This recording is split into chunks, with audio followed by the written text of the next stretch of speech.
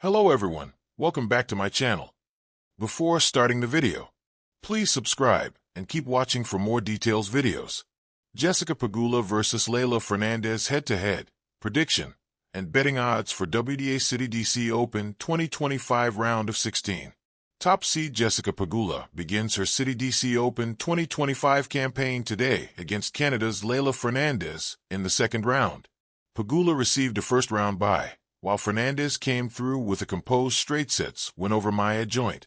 With a quarterfinal spot on the line, the winner will take on either 6th seed Sofia Kenin or American qualifier Taylor Townsend. Pegula's season has been impressive on paper, but not without gaps in consistency. She's already secured 3 titles in Austin, Charleston, and Bad Homburg, and reached finals in Adelaide and Miami. Still, her Grand Slam results have left much to be desired, with surprising early exits at both Roland Garros and Wimbledon. Statistically, she's been solid across 48 matches, firing 117 aces, winning 67.7% of first serve points, and converting nearly 44% of her break opportunities. Fernandez, meanwhile, is looking to turn around a stop-start season. Her 2023 Hong Kong title remains her most recent triumph, and aside from a quarterfinal run in Abu Dhabi and Nottingham, she struggled to build momentum. With a first serve win rate of 65% and decent return numbers, the Canadian will need to raise her level significantly to pull off an upset. Jessica Pegula vs Leylah Fernandez head-to-head record. Jessica Pegula leads Leylah Fernandez 2-0 in their head-to-head, with both meetings coming last season. The American first got the better of Fernandez in straight sets at the Miami Open, then followed it up with a tighter 3-set win in Cincinnati. Year, event, round, winner, score, 2024. Cincinnati, quarterfinals. Jessica Pegula, 7-5, 6-7-1, 7-6, 2024. Miami, round of 32. Jessica Pegula, 7-5, 6-4. Jessica Pegula vs Leylah Fernandez comparison. Jessica Pegula, category, Leylah Fernandez, 4. Current ranking, 36. 469 to 261. Career WL, 213 to 145. 35 to 13. WTA WL, 16 to 17. 9. Career titles, 3. 0. Grand Slams, 0. 3. WTA titles, 0. Jessica Pegula vs Leylah Fernandez prediction. Pegula's sharp baseline control and recent title runs give her a clear edge. But if Fernandez finds rhythm early and disrupts Pegula's timing, she has the tools to stretch this. Still, the American's form makes her the likely pick. Jessica Pegula vs Leylah Fernandez WTA Citi DC Open 2025 betting odds. Pegula enters as the clear favorite at 2-5. With odds implying a 71% win probability. Fernandez, at 1910, is a sizable underdog, but not out of the conversation. Here are the betting odds according to BetMGM. Jessica Pegula, 2 out of 5. Leylah Fernandez, 19 out of 10. Here are the odds for total games as well as total sets for both players, sourced via BetMGM. Total games over 21.5, 22/25. Total games under 21.5, 22/25. Total games won by Pegula over 12.5, 19/20. Total games won by Fernandez over 11.5, 10/11. Total sets over 2.5, 29/20. Total sets under 2.5, 13/25. The confetti had fallen, the cameras had flashed, and the anthem had played. The roar of 15,000 people chanting her name at Rod Laver Arena had been deafening. Yet now, Aryna Sabalenka sat in the quiet corner of her hotel suite, champagne untouched, dress still clinging to the sweat of battle. Outside, Melbourne glittered in celebration.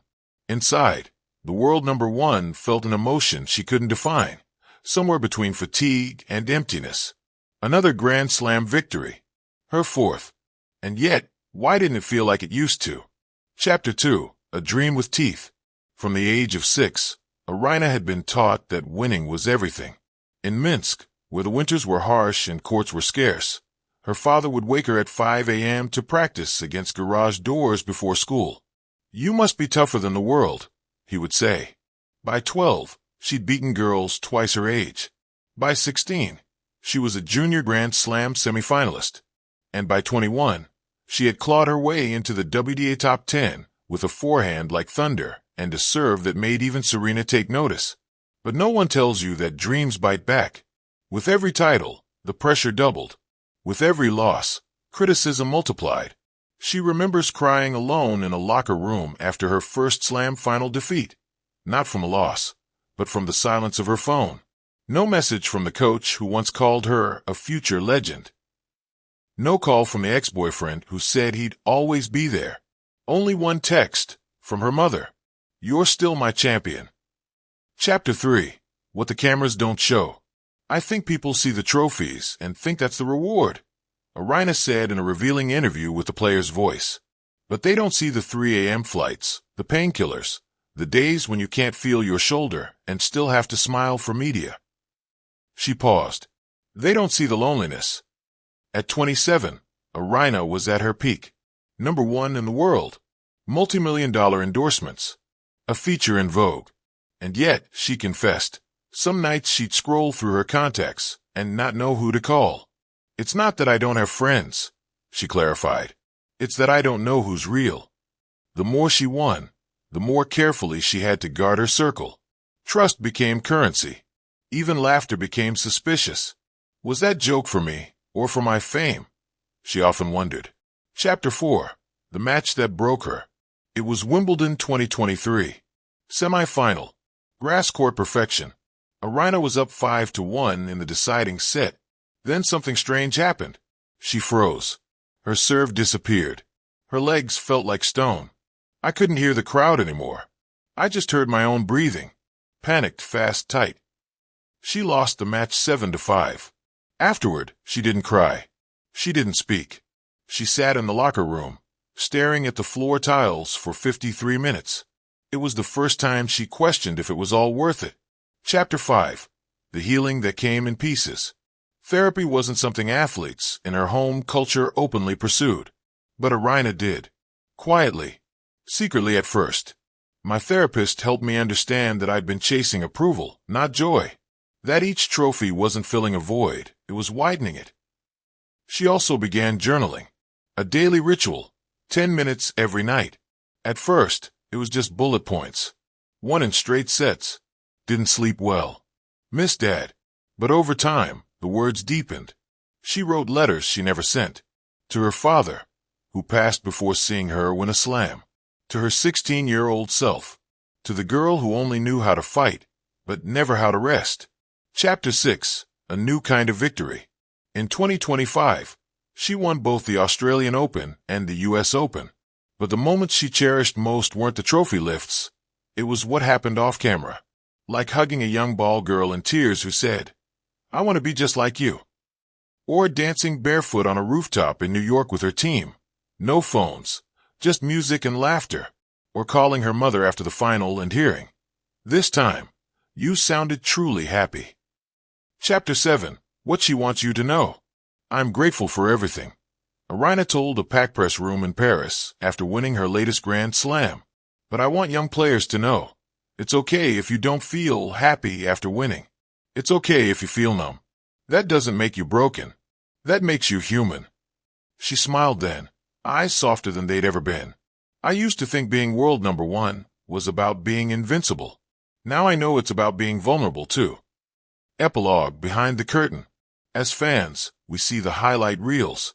The 120 miles per hour serves. The celebratory twirls. The magazine covers and the million-dollar smiles. What we often miss is the cost. The missed birthdays. The lost friendships. The exhaustion that doesn't go away with a massage or a night's sleep. The identity crisis that comes when the applause fades. Aryna Sabalenka, now one of the most dominant forces in tennis history, has opened the door to that hidden room. And in doing so, she's given a generation of athletes permission to feel deeply, to heal openly, and to redefine success, not just by the number of trophies in the cabinet, but by the peace they find within. So yes, Grand Slam victories are glorious, But perhaps the real triumph is what happens when the stadium is empty, the lights are off, and the champion chooses herself.